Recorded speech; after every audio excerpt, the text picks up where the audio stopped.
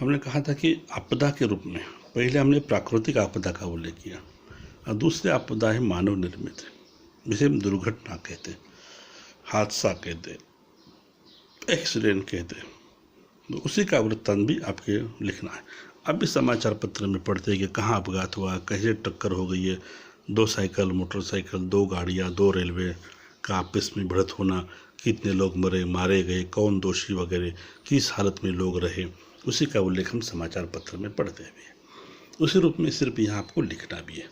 तो यह सब प्राकृतिक आपदा के बाद दुर्घटनाओं के वृत्तांत पर भी आपको कहाँ घटना घटी, कैसी घटी है, अनुशासन की स्थिति पर व्याख्या करनी है, उसका शीर्षक किस रूप में देना है, उसी पर आपको ध्यान अपेक्षित है। इसके 3 पहले भाग हमने देखा था। उसी तरह से भी विमान, रेल, बस, कार, मोटरसाइकिल की दुर्घटना, अग्निकांड या बम विस्फोट जैसी दुर्घटना पर आपको यहाँ लिखना है।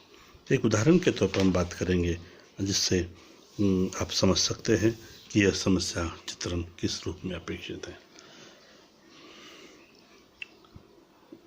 ट्रक कार दुर्घटना का समाचार लेख।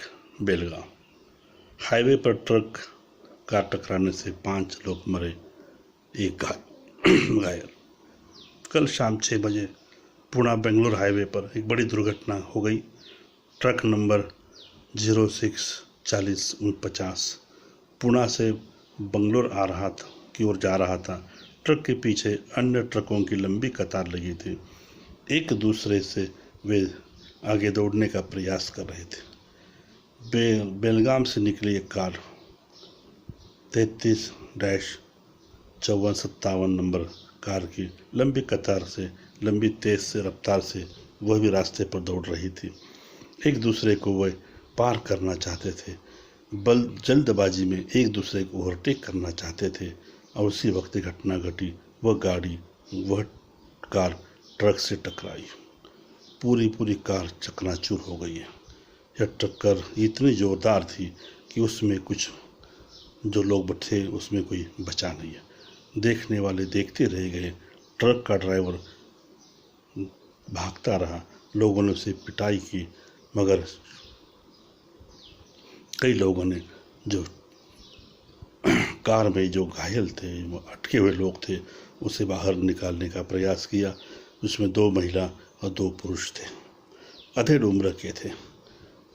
उसे पास के अस्पताल में पहुंचाने का प्रयास किया। एम्बुलेंस लाई गई। आश्चर्य की बात यह है कि इतना हादसा हुआ और उसमें 1 साल का छोटा बच्चा वह सुरक्षित रहा, उसे कोई चोट तक नहीं आई है। जिसका भगवान रखवाला है उसे कुछ नहीं होता है, यह कहावत या लक्ष्य होती है। पुलिसों को सूचना मिलते ही बेलगांव से पुलिस आई है। उसने स्थिति पर नियंत्रण काबू पा लिया। उसकी जांच हो गई। पुलिस ने अपनी रिपोर्ट तैयार की है। मुख्यमंत्री और जिलाधिकारी से पूछताछ की।